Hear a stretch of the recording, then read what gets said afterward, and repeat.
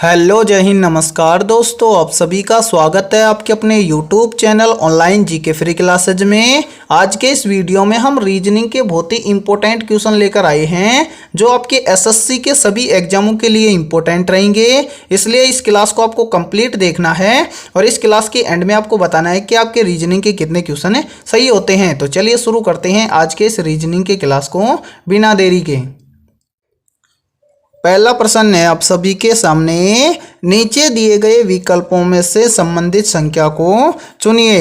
यानी कि यहाँ पर आप सभी के सामने पहला प्रश्न नंबर एनालॉजी से संबंधित प्रश्न दिया गया है और आपसे पूछा गया है कि इस प्रश्न चिन्ह के स्थान पर आने वाली संबंधित संख्या को चुनिए। तो ऐसे प्रश्न को आप एग्जाम में कैसे सोल्व करेंगे, तो वो देखिए।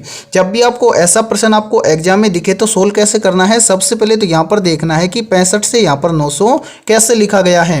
यानी कि जिस प्रकार से यहाँ पर 65 से लिखा गया है 900, उसी प्रकार से हम बताएंगे कि 53 से यहाँ पर क्या लिखा जाएगा।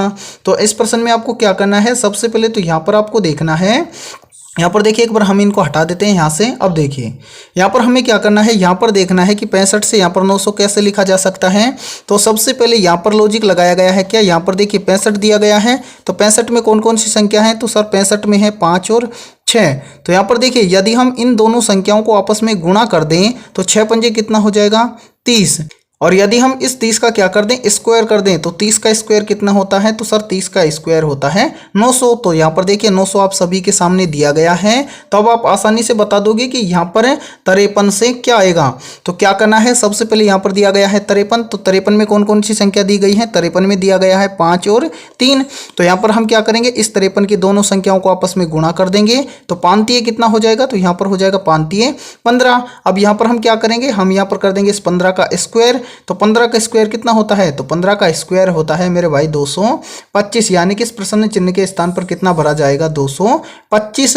अब हमें देखना है कि किसी ऑप्शन के अंदर 225 दिया गया है क्या, तो ये हमें दिया गया है ऑप्शन डी के अंदर। तो ऑप्शन डी हो जाएगा हमारा राइट आंसर। तो उम्मीद करता हूं कि ये पहला प्रश्न आपको अच्छे से क्लियर हो गया होगा। तो चलिए अगला प्रश्न देखते हैं। दूसरा प्रश्न है आप सभी के सामने, उस वैनारिक का चयन करें जो दिए गए वर्गों के बीच संबंध को दर्शाता है। यानी कि यहाँ पर दूसरे प्रश्न में हमें क्या करना है, वैनारिक से संबंधित प्रश्न दिया गया है और आपको बताना है कि देश, राज्य और शहर का सही वैनारिक कैसा बनेगा। तो यहाँ पर देखिए ऐसे प्रश्न को आप एग्जाम में कैसे सोल्व करेंगे, तो वो देखिए सबसे पहले तो हमें यहाँ पर देखना है कि देश, राज्य और शहर इन तीनों में आपस में कोई रिलेशन है क्या।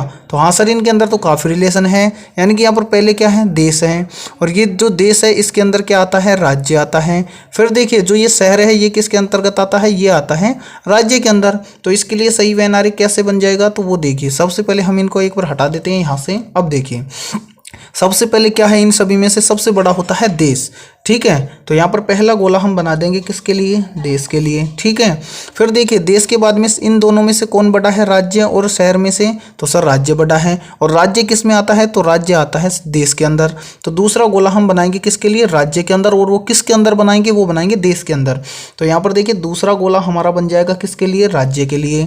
फिर क्या बच गया, फिर बच गया सर शहर। यानी कि इन तीनों में से सबसे छोटा क्या है, शहर है, और शहर है ये किसके अंदर आएगा, ये आएगा राज्य के अंदर।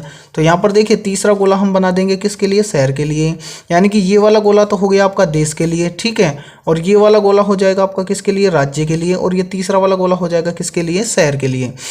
यानी कि यहाँ पर देखिए ध्यान से समझिए, यहाँ पर जो ये क्या है, शहर है, ये शहर है, ये किसके अंदर आएगा, तो ये आएगा राज्य के अंदर, और राज्य है ये किसके अंदर आएगा, ये आएगा आपका देश के अंदर। तो आपका सही वैनारिक बन जाएगा इस प्रकार से। अब आपको देखना है कि ऐसा वैनारिक इन चारों में से किस ऑप्शन में दिया गया है।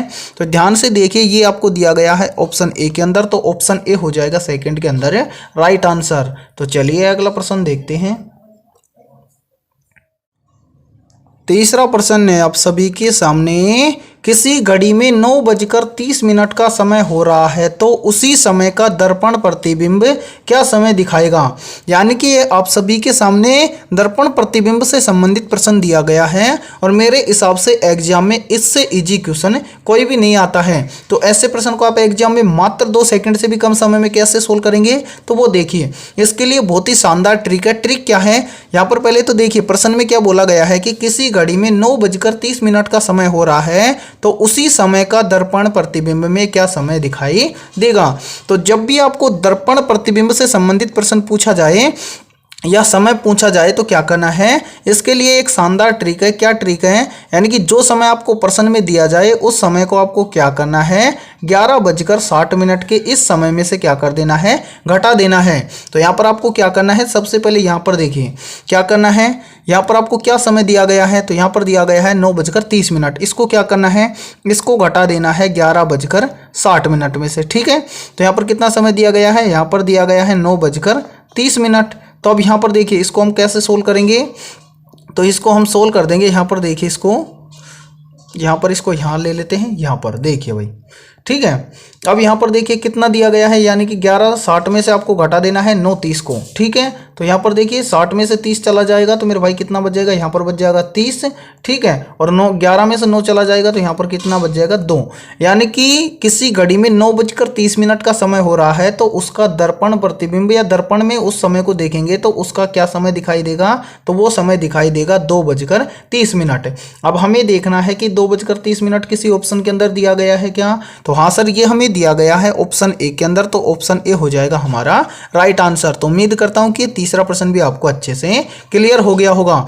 अब मान लीजिए यहाँ पर आपको दिया गया है क्या, 9:30। मान लीजिए कि यहाँ पर आपको दे देता, यानी कि आपको दे देता कि 8:12 का समय हो रहा है, तो इसका दर्पण प्रतिबिंब क्या होगा, या दर्पण में इस समय को देखेंगे तो क्या समय दिखाई देगा। तो कुछ नहीं करना है, आपको क्या करना है, इस वाले 11:60 में से इस समय को क्या कर देना है, घटा देना है। तो यहाँ पर देखिए क्या करेंगे, यहाँ पर हम करेंगे 11:60 में से मेरे भाई क्या करेंगे, इस 8:12 को क्या करेंगे, घटा देंगे। तो यहाँ पर लिख देंगे, देखिए मेरे भाई ये। ठीक है, अब इसको सोल्व करेंगे तो यानी कि इसको घटाएंगे तो 60 में से 12 चला जाएगा तो यहाँ पर तो कितना बच जाएगा, 48। ठीक है, और फिर देखिए 11 में से 8 चला जाएगा तो यहाँ पर कितना बच जाएगा, 3। तो यानी कि आपका जो दर्पण समय होगा वो क्या होगा, 3:48। ठीक है, इस प्रकार से आपको कोई भी समय प्रश्न में दिया जाए और दर्पण प्रतिबिंब पूछा जाए तो क्या करना है, 11:60 में से घटा देना है। तो उम्मीद करता हूं कि तीसरा प्रश्न आपको अच्छे से क्लियर हो गया होगा। तो चलिए अगला प्रश्न देखते हैं। चौथा प्रश्न है आप सभी के सामने, नीचे दिए गए प्रश्न में प्रश्न चिन्ह के स्थान पर आने वाली संबंधित संख्या को ज्ञात करें। यानी कि यहाँ पर हमें बताना है कि इस प्रश्न चिन्ह के स्थान पर कौन सी संख्या आएगी। तो कैसे सोल्व करेंगे इस प्रश्न को, तो वो देखिए सबसे पहले तो हमें यहाँ पर देखना है कि BAB का संबंध 125 के साथ में कैसे है। यानी कि जिस प्रकार से BAB का संबंध 125 से, उसी प्रकार से हम बताएंगे कि ACB का संबंध किस संख्या के साथ में होगा।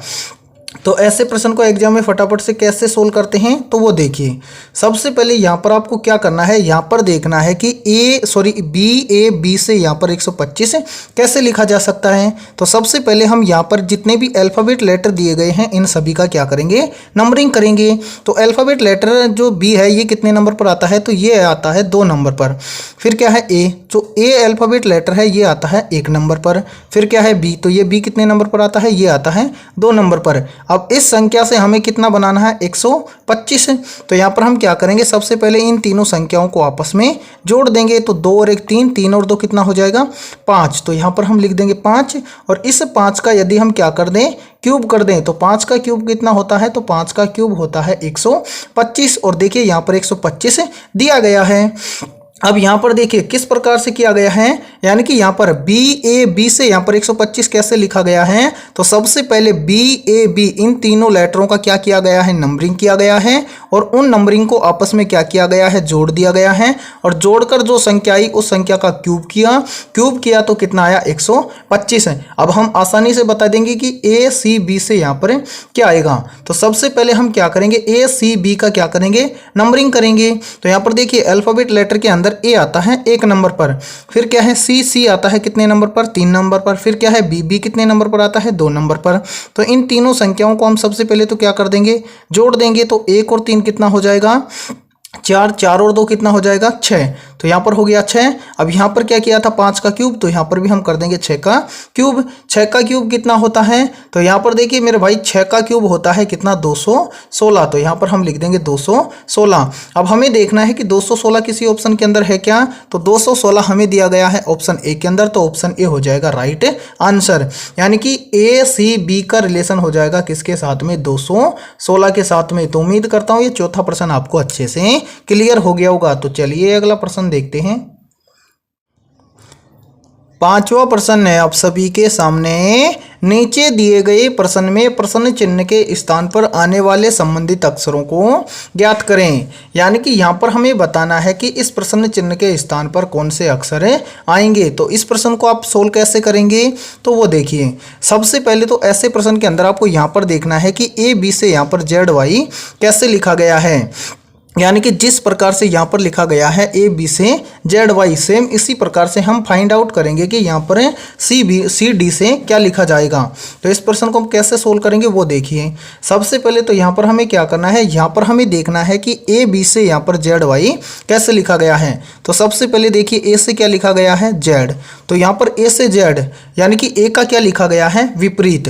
फिर देखिए यहाँ पर देखिए बी से क्या लिखा गया है वाई, तो यहाँ पर भी बी से वाई लिखा गया है, यानी कि बी का विपरीत क्या लिखा गया है वाई। अब आप कहोगे कि सर हमें कैसे पता चलेगा कि ये एक दूसरे के विपरीत हैं, तो वो देखिए। सबसे पहले एक दूसरे का विपरीत कैसे ज्ञात करते हैं, तो वो देखिए।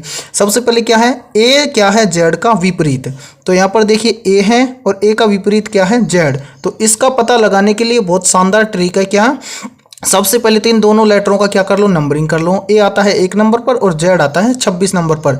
यदि इन दोनों लेटरों की संख्याओं का योग टोटल कितना हो जाए, 27 हो जाए, तो याद रखना वो एक दूसरे के क्या होंगे, विपरीत हो जाएंगे। तो यहाँ पर देखिए 1 और 26 को हम यदि जोड़ दें तो कितना हो जाएगा मेरे भाई 26, यानी कि ए जेड का क्या है विपरीत है। ठीक है, फिर देखिए यहाँ पर बी क्या है वाई का विपरीत है, या फिर बी क्या है, यानी कि बी क्या है वाई का विपरीत, या वाई का विपरीत क्या है बी है। तो इसका पता कैसे लगाएंगे, तो वो देखिए। सबसे पहले यहाँ पर क्या है बी, फिर क्या है वाई, तो यहाँ पर बी क्या है वाई का विपरीत है। तो यहाँ पर हम क्या करेंगे, सबसे पहले बी कितने नंबर पर आता है 2 नंबर पर, और वाई कितने नंबर पर आता है 25 नंबर पर। अब इन दोनों का हम टोटल कर दें, यानी कि 2 और 25 को जोड़ेंगे तो कितना हो जाएगा 27, यानी कि इन दोनों का योग भी कितना आ रहा है 27 आ रहा है। तो यानी कि एक दूसरे के क्या है विपरीत। अब हमें क्या करना है, यहाँ पर हमें पता करना है कि सी डी का विपरीत क्या होगा। तो सबसे पहले सी डी का विपरीत कैसे ज्ञात करेंगे, तो वो देखिए। पहले तो देखेंगे कि सी का विपरीत है, तो सी देखिए कितने नंबर पर आता है 3 नंबर पर। तो 3 के अंदर ऐसा क्या जोड़ें कि उसका टोटल योग कितना हो जाए 27। तो देखिए यहाँ पर यदि हम 3 के अंदर मेरे भाई 24 जोड़ दें तो 3 और 24 कितना हो जाएगा 27। तो यहाँ पर हमें देखना है कि 24 नंबर पर कौन सा अल्फाबेट लेटर आता है, तो 24 नंबर पर आता है एक्स, यानी कि सी का विपरीत क्या हो जाएगा एक्स हो जाएगा। फिर देखिए डी का विपरीत, तो यहाँ पर सेम इसी प्रकार से देखेंगे डी कितने नंबर पर आता है 4 नंबर पर है। अब 4 के अंदर कितना जोड़ें कि टोटल योग 27 हो जाए, तो यहाँ पर देखिए यदि हम 4 के अंदर क्या कर दें मेरे भाई 23 को जोड़ दें तो 23 और 4 कितना हो जाएगा 27। यानी कि अब हमें देखना है कि 23 नंबर पर कौन सा लेटर आता है, तो 23 नंबर पर आता है अल्फाबेट लेटर कौन सा डब्लू। यानी कि जिस प्रकार से ए बी से लिखा गया है जेड वाई, तो सी डी से लिखा जाएगा एक्स जेड एक्स डब्लू, यानी कि सी का विपरीत होता है एक्स और डी का विपरीत होता है डब्लू। अब हमें देखना है कि एक्स डब्लू हमें किसी ऑप्शन के अंदर दिया गया है, तो एक्स डब्लू हमें दिया गया है ऑप्शन ए के अंदर, तो ऑप्शन ए हो जाएगा हमारा राइट आंसर। तो उम्मीद करता हूं कि ये 5वां प्रश्न भी आपको अच्छे से क्लियर हो गया होगा।